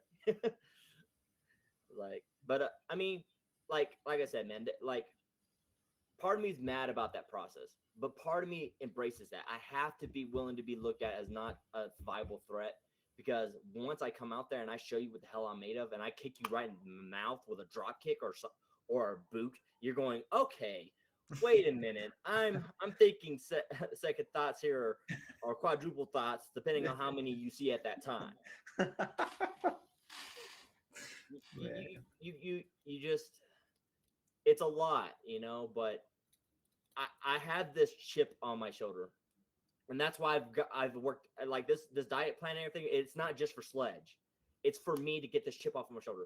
I want Mikey to look at me and see this match and go, damn, I need to pit him against someone else that's big on the indies, because I want that quality of match on my show, no matter who it is, and I can trust this guy to go out there and kill it. And I've got no go out doubts. there and kill it. And I will knock it out of the park. And I can't do that until I'm past Sledge. And I can't do that until I'm done with this number 1 contender. And then when that number 1 contender gets the match with me, when that number 1 gets a match, it's in September, right? September. Yes, September. Mikey, make it official. Give that next show another 1 contender. Have someone show up. Have someone step up for that next person in line, because I'm going to be already ready, and I'm still going to be the champion that's ready to go. Man, you basically said whoever wins that Fatal 4-way. Yeah. Just get the next one ready. All right. So, ladies and gentlemen, our original special guest of the night before Jeb stepped in, Mike Caldwell, the head of BCW Texas operations. Mike, welcome to the show. Glad to have you here. Been So- on the show, just hasn't been on the show, you know? He's So on the we've- show now. You've heard what Jeb had to say. Yes, I'm on like a 6 or 7 second delay over. You feel about what your champ had to say? Oh, I love the fact that he has so much confidence that feel like he's going to do a good job Saturday. Like it's going to be a hell of a match. See what happens. That's fair. Yeah, So I'm we excited. kinda think the only way to know what's going to happen is by being there and to getting your pre-order tickets tomorrow. Because if you pre-order your tickets, they're slightly less than what you would pay at the door. Absolutely. Yeah, you need to get these tickets sooner rather than later because, I mean, heck, my phone number is on every flyer. Go ahead and give me a call. I'll be happy to either bring them to you or I will hold them at the door and I'll have your name up there and you can come in with that. Get it at that cost. As of midnight, Friday night, even the tickets at the Tobacco Express are going up to 18 and 10. Ooh. Sooner rather than later. Save yourself some money. That way you can at least go over there, get you some nachos, get you some hot dogs, all that good stuff. We're going to have a full concession stand, and we're actually going to be doing some different things there as well. Awesome. All right, well, you go get your tickets. Get them before Saturday. If you want them cheap. We've already addressed the main event from the man himself. Okay? We know that he's ready. Mhm. He's born ready, just got bigger. In fact, in the last 2 months, I think he has gotten a lot bigger. So we know that that's already not an issue. Let's go ahead and go to something else. How about our open challenge with Phoenix? Let's talk about that for a minute. Got any have you heard, I mean, you're the boss man. You heard any inklings on who it might possibly be accepting it? Actually, it is an open challenge for a reason. One thing I do know is I've spoken to South Plains Championship Wrestling's management, and Phoenix has been cleared to actually put his Lone Star Championship from SPCW on the line in that match. Man. There's an added incentive. Anybody wants to get over there and get themselves a title shot, he is drawing the line in the sand. Step up. Dang. Like another title match. Man. So I got a question. Does that mean I can wrestle twice? I guess if that's what you want to do. I think No. you need to. I think you may need to eat a little bit more Wheaties before you do all that because I mean, Phoenix is a hell of a guy, and so is Sledge. I don't know. I mean, I don't know. doing Yeah, both it's a of them good- that might put you at a little bit of a disadvantage. Wildcard, when he's on, though, he does whatever the hell he wants. So I'm just saying. I was about to say you can have Wildcard versus Phoenix and then Jeb versus Sledge, you know? It's two different matches. No. I think I like what Mike's offering there. I mean, you got Squared Circle Pro, you got SPCW, you got all these people around here, man. That's a great opportunity to show up and just go out there and try to make a name for yourself. And, Absolutely. all right. So what about the old school tag team title match? Okay. Well, Go ahead. see, I've known Nathan Briggs and Jason Zane for quite some time now. I know that they have a lot of tricks up their sleeve, and I got the referees on high alert. I mean, they're going to do their job, and we're going to make sure that this is a good, clean match. Smoke the Reaper and Seth, they're both they're good talents. They're a little bit on the unorthodox side. So I'm really interested to see what comes to the table whenever they actually get in there and actually are having to apply these that I have set up for this, and you know, see how it all is going to work for them. Has that been a struggle for most of the teams so far? You know, adhering to the old school rules. Oh, I mean, you've you've heard about it already. You've seen some of it. I mean, Jester and Alton Black, they didn't necessarily lose their match. They beat themselves. They couldn't follow the rules, therefore they got taken out. They got disqualified. Yeah. So I mean, it's something I want to go back to a time where the rules actually meant something. And that's a big thing. Tag team wrestling is very big, very near and dear to my heart. And I'm really looking forward to seeing what all's going to end up happening on all that. Should be a really good showing, both teams. We're excited. What the Fatal 4-Way for #1 contendership? A lot of talent in that match. A lot of talent. Absolutely, there is so much talent in that match. It's not even fun. Have you actually looked at Gabriel Alexander's promo that he put out? Yes. This man is determined to triumph. He has got everything in check. He's actually doing all the training as well. I mean, Jeb, you're gonna have your hands full if he's the one that wins this thing. You're gonna have your hands full if you can get past Sledge. Oh, sounds like some doubt there. But maybe. I mean, Justin's a hell of an athlete too. He's someone that you really don't want to mess with. I mean, he can go, and he's gone with some of the best of them. He's actually taken Matt Hardy all the way to a time limit draw. So, Justin, he's the biggest dog in the fight, honestly, and not size wise, but knowledge wise. Like, he's the biggest dog in the fight. Yeah, this man is facing Justin Taylor of all people, more likely. This man is a ring general, to put it mildly. He's I mean, and then we got Emilio.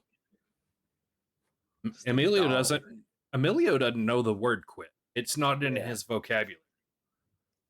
It's something that he just doesn't have, and he stays busy, stays hooked up, he stays in the gym. He's ready for a fight as well.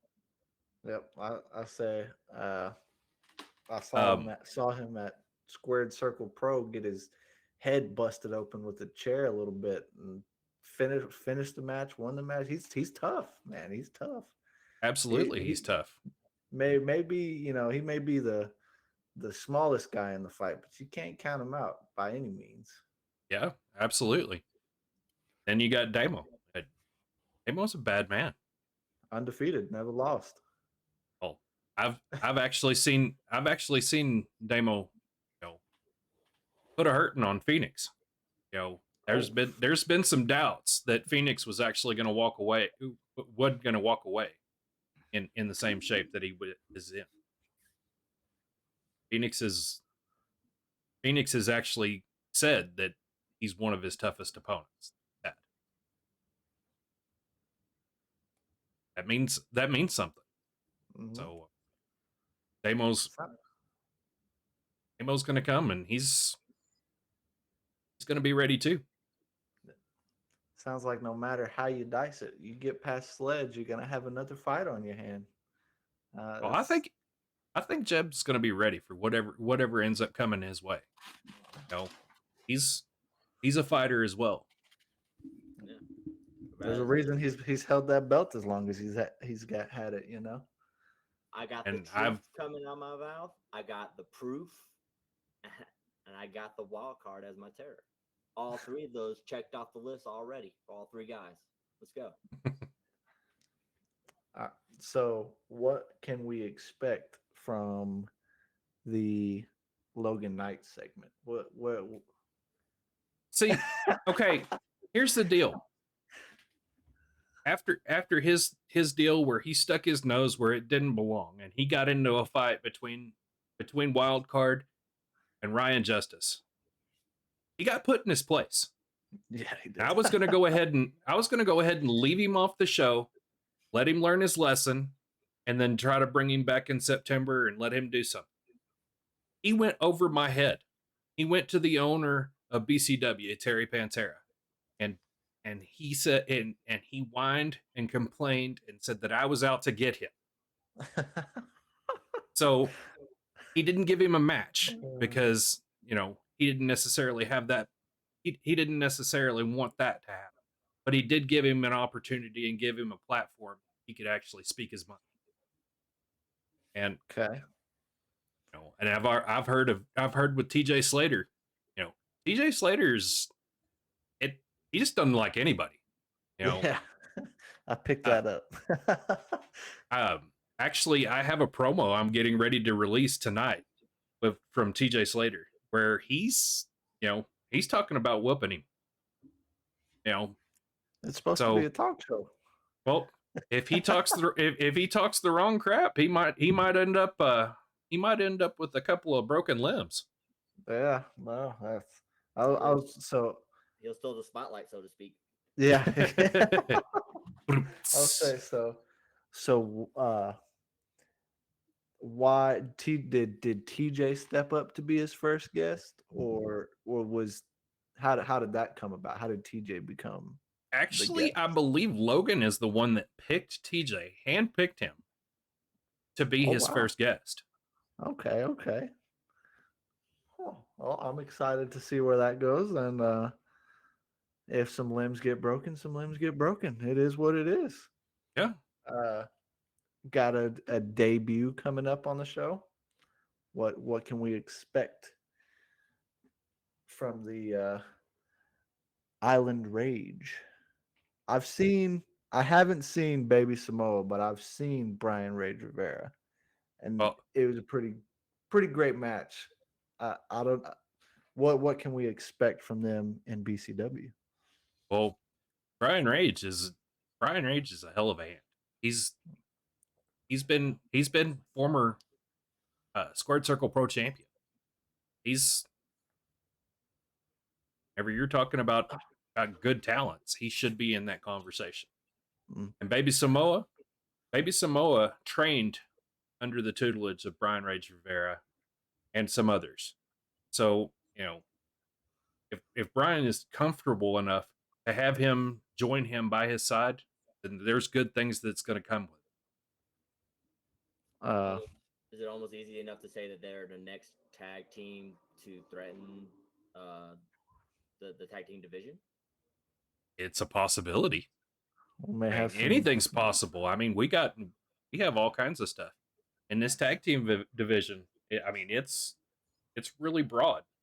I mean, y'all haven't seen anything yet when it comes to this tag team division. I've got people beating down my door wanting to come into BCW and be a part of this tag team circuit. Well, can we assume that the next people that we would see in action, the Guerrilla Militia, would be a part of those people beating down the door, possibly at a tag team title shot? Well, here's the deal.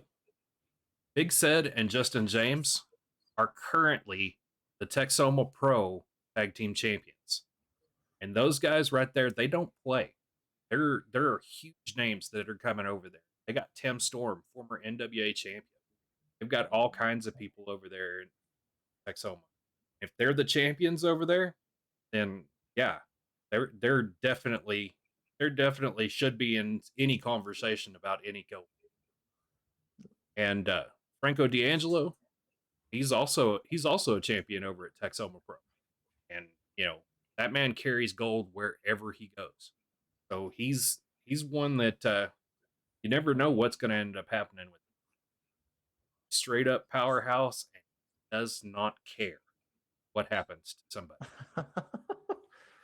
I mean, to get gold everywhere you go, I guess you kind of have to be that way.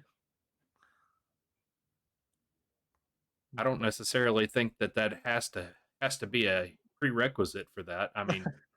Jeb is no pun intended, living proof that that you don't have to have that kind of an attitude. You don't have to have that kind of chip on your shoulder. You can go in there and you can actually respect your opponents and still get something. Um, the Scar and Mac the franchise. I seen, Mac the franchise not doing too good. Yeah, Um, well, how how do you think that's going to affect him and this match? well, he is the king of the clothesline. And that would be his greatest weapon. You take that away, you know, it's going to be a crapshoot to see what's going to happen with him.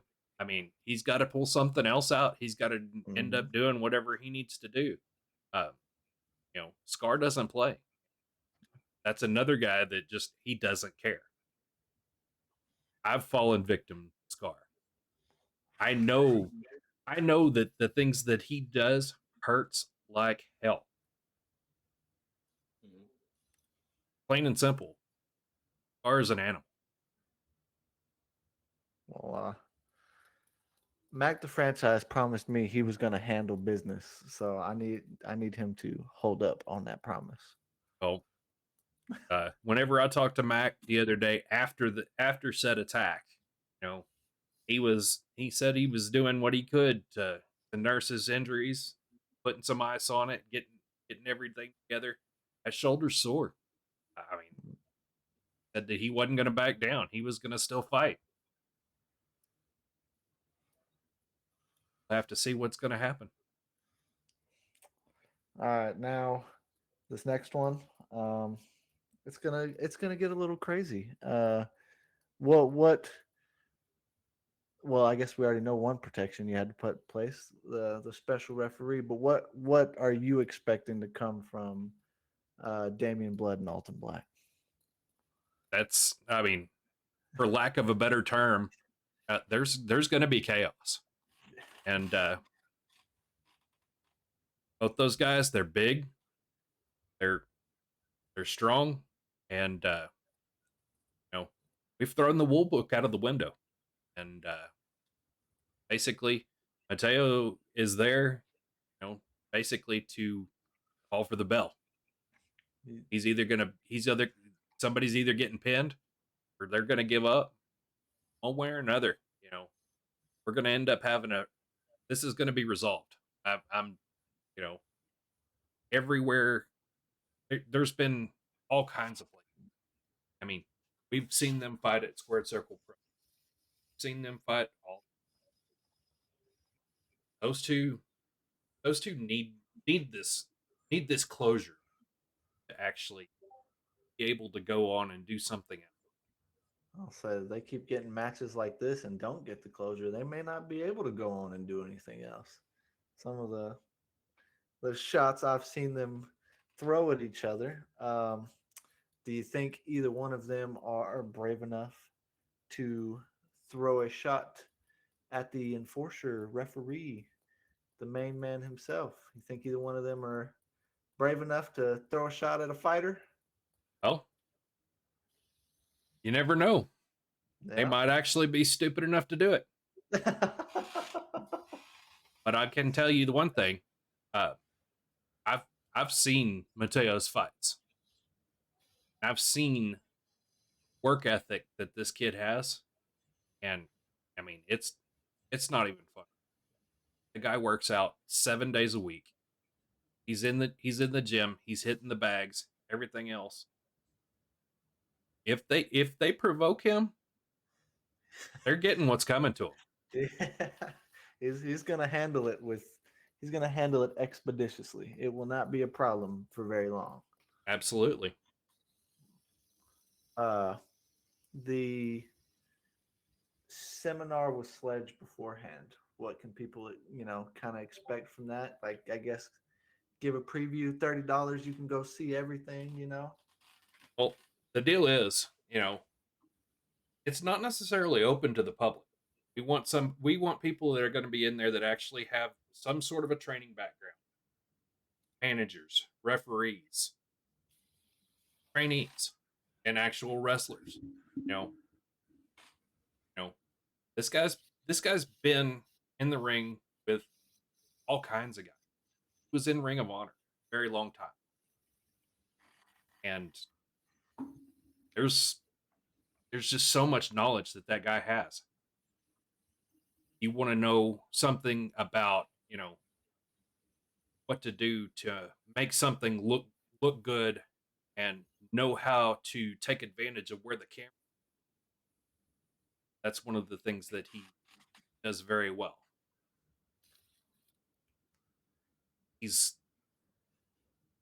There's all kinds of different things. I have no idea exactly what kind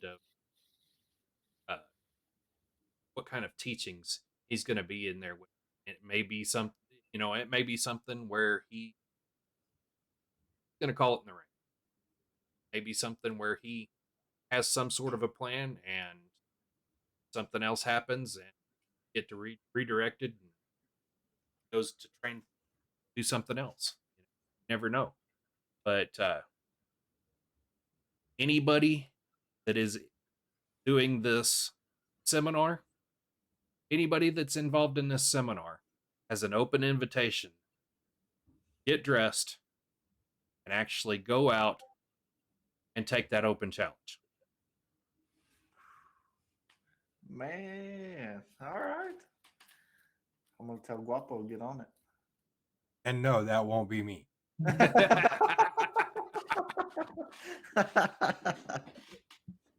Oh man, you gotta be keeping some eyes out. Are you gonna be attending, Jeb? You gonna be there? Actually, yes. Good. I'll say get some. Maybe he'll give some, little tricks, some tips that help you against him a little bit. You never know. Well, No better way to know your enemy than being there in his own environment, teaching his own teachings. Yeah, I'll say maybe it's like watching film. You see a little tell or something. He twitched, so he's about to do this. See how he thinks. Yeah, exactly. That's it's exciting. We're excited. You got anything else to say, Mike? Anything you want to say that I missed? Well, I mean, this is an absolute hell of a card. I mean, there's all kinds of things that could happen. There's all the things that are going to happen. And people that do not have their tickets to this they're going to miss out. Plain and simple.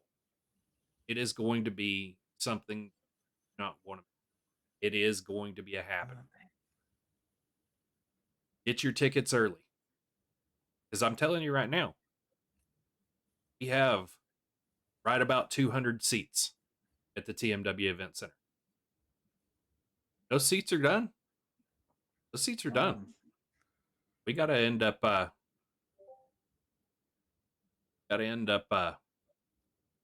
turning people away at that point. So the quicker you get them, the better it is. There are posters all over Level End. You just call the number on there and get your tickets. It's not that hard. You don't want to go to Tobacco Express? Call the number. Like he said, he will bring them to you. He will hold them at the door. Just call. Abso-freaking-lutely. If you're not there, you're missing out. Sadly, I'm going to be missing out because I have to go to a stupid wedding. But I hate it. I'm tired of weddings, guys. This will be my third one this month, and I'm tired. Well, a man that was my mentor once said, "Rings are square, not round." Yeah. That's awesome. I was privy to that. That's awesome. Well, is Guapo in there? Does he have anything else to say? Have anything else to say? All right, so you've heard it from the man himself that this card is outstanding. Get your tickets. Make sure you're there for it. BCW Hot Blooded is going to be sanity in the ring. Be there or be square. At this point, we're we're going a little over what we normally do, but you know, when you've got the champ, when you got the champ and you've got Mike here, you know you do what you got to do. So I do want to say thank you to both of you. Mike, thank you for joining us. Wildcard, Jeb Bingham, thank you for stepping in, joining us as well. Appreciate y'all so much. What can I say? I'm looking forward to Saturday. It's going to be good. It's going to be awesome. Yeah, man. See you there.